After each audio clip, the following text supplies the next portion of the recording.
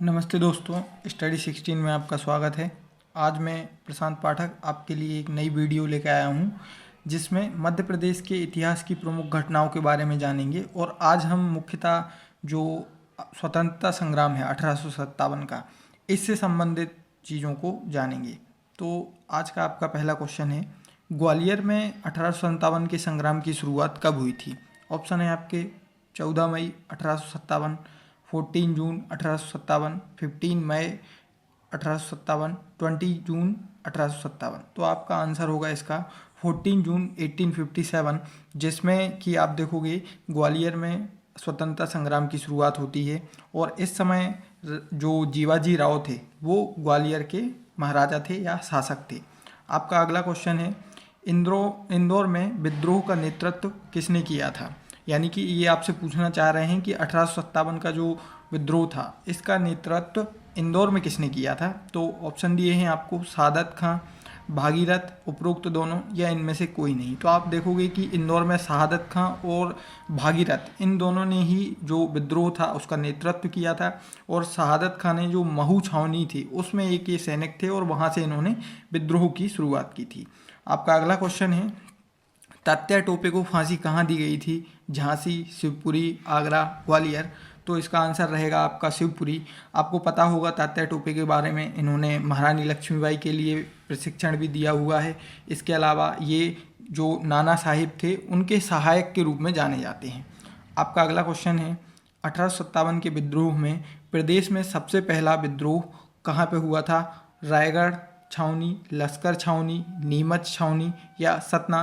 तो आपको पता होगा कि मध्य प्रदेश में जो स्वतंत्रता संग्राम है 1857 का, इसकी शुरुआत नीमच छावनी से होती है। आपको अब ये बताना है कि नीमच छावनी में जो स्वतंत्रता संग्राम शुरुआत हुई थी 1857 का, वो किस डेट में हुई थी? ये आप कमेंट बॉक्स में आंसर बताना है इसका। आपका अगला क्वेश्चन है, झलकारी बाई किस की अंगरक्षिका थी? तो इसमें आपको ऑप्शन दिए हैं, रानी लक्ष्मीबाई, रानी दुर्गावती, रानी अवंतीबाई, रानी अहिल्याबाई। तो जो रानी लक्ष्मीबाई थी, जिनका बचपन का नाम मनु था, उनकी ही ये सहेली थी झलकारी बाई।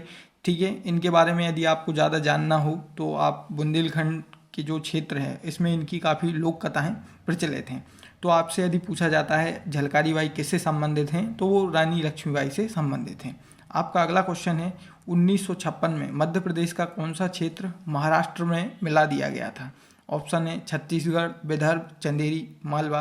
तो आप देखोगे जो विदर्भ का क्षेत्र है वर्तमान में महाराष्ट्र में, वो पहले मध्य प्रदेश का हिस्सा हुआ करता था, लेकिन जब पुनर्गठन हुआ मध्य प्रदेश का 1956 में, तो उसको जो विदर्भ स्टेट है वो कहाँ पे पहुँच गया? आपके महाराष्ट्र में। आपको ये बताना है कि मध्य प्रदेश का जो पुनर्गठन है उसकी तारीख क्या है। आपका अगला क्वेश्चन है, भारत का जिब्राल्टर किस दुर्ग को कहा जाता है? मांडू, झांसी, बांधवगढ़, या ग्वालियर। तो इसका आंसर है आपका ग्वालियर। चूंकि ये क्वेश्चन बहुत बार पूछा गया है तो हो सकता है आपको इसका आंसर पहले से पता हो कि भारत का जो जिब्राल्टर है वो ग्वालियर के किले को कहा जाता है, क्योंकि ये सबसे मजबूत दुर्ग माना गया है अंग्रेजों के द्वारा। आपका अगला क्वेश्चन है, सांची स्तूप का निर्माण किसने करवाया था? अशोक, गौतम बुद्ध, चंद्रगुप्त, या राजा भोज। तो आपको पता होगा कि जो सांची का स्तूप है इसका सर्वप्रथम जो निर्माण पता चलता है तो वो अशोक ने कराया था। इसके बाद आप देखोगे कि सांची की जो स्तूप है वो शुरुआत में अशोक के द्वारा ईंटों से बनाया गया था। इसके बाद आप देखोगे कि शुंग काल में इसका जो बाहरी जो आप तोरण बोलते हो, तोरण द्वार, और जो बाहरी रेलिंग है वो पत्थर की बनाई गई थी। पुष्यमित्र शुंग और अग्निमित्र शुंग का आपने नाम सुना होगा इनके द्वारा। ठीक है, आपका अगला क्वेश्चन है, 1931 के पंजाब मेल हत्याकांड का संबंध किस रेलवे स्टेशन से है? ऑप्शन दिया गया है, ग्वालियर, मंदसौर, खंडवा, नीमच।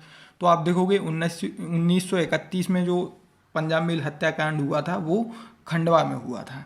और खंडवा किस चीज़ के उत्पादन के लिए फेमस है मध्य प्रदेश में? आपको इसका भी आंसर बताना है। अगला है क्वेश्चन आपका, मध्य प्रदेश के सिंधिया वंश की प्रारंभिक राजधानी क्या थी? यहाँ पे नोट करना, आप प्रारंभिक राजधानी पूछी जा रही है आपसे, इंदौर, नीमच, मंदसौर, उज्जैन। तो आप देखोगे कि जो प्रारंभिक राजधानी थी सिंधिया वंश की वो उज्जैन हुआ करती थी। उसके बाद आप देखोगे कि जो ग्वालियर है वो उनकी द्वितीय राजधानी या मुख्य राजधानी बनी। इसके बाद आपका अगला क्वेश्चन है, महू छावनी में विद्रोह कब हुआ था? 1 अप्रैल 1857, 1 मई 1857, 1 जून 1857, या 1 जुलाई 1857। तो आपका आंसर होगा 1 जुलाई 1857 को महू छावनी में विद्रोह हुआ था। और इसका नेतृत्व किसने किया था? तो मैं आपको आगे ऊपर जो क्वेश्चन पूछा गया था उसमें ही बताया है कि जो शहादत खां थे वो इससे संबंधित थे। इसके बाद आपका अगला क्वेश्चन है, किन क्रांतिकारियों को जबलपुर जेल में फांसी दी गई?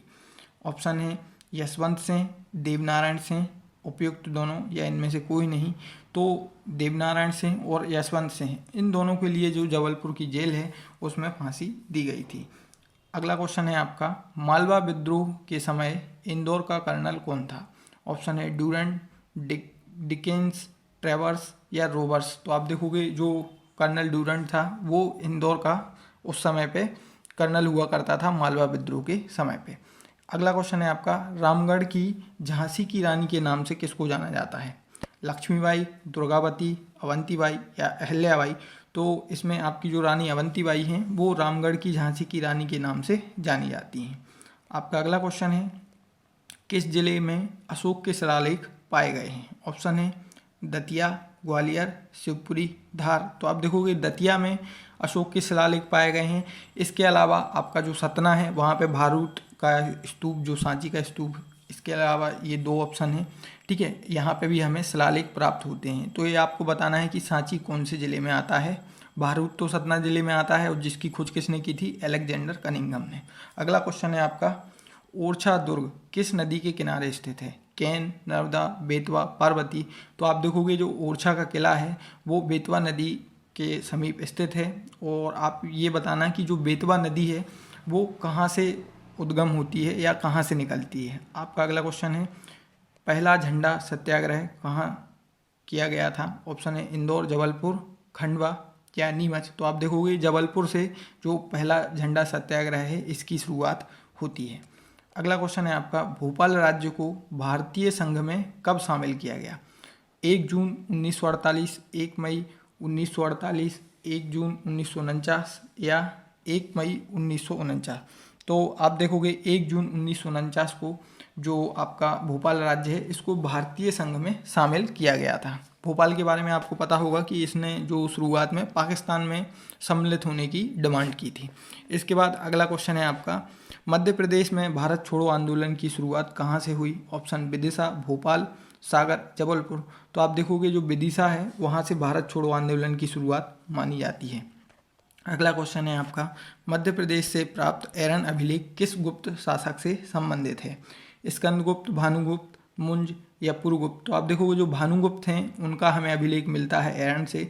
इसके अलावा कुमारगुप्त का अभिलेख भी एरन से मिलता है। एक बार आपसे पूछा गया है क्वेश्चन एमपीएससी के द्वारा, जो सती प्रथा का उल्लेख है सर्वप्रथम, तो वो हमें कहाँ मिलता है? तो ये जो भानुगुप्त का एरन अभिलेख है इसी में सती प्रथा का सांकेतिक जो उल्लेख है वो हमें यहाँ पे दिखलाई देता है, जिससे पता चलता है कि गुप्त काल में सती प्रथा प्रचलन में थी।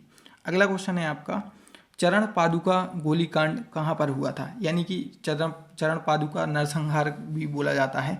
तो ये कहाँ पे हुआ था? रीवा, ग्वालियर, छतरपुर या सागर।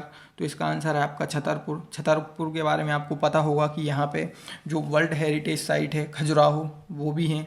और ये आप देखोगे कि चंदेलों के द्वारा निर्मित मंदिर हैं, जिनमें आप देखोगे कि बहुत सारे जो मंदिर हैं वो नागर शैली में बने हुए हैं और ये काफ़ी फेमस है।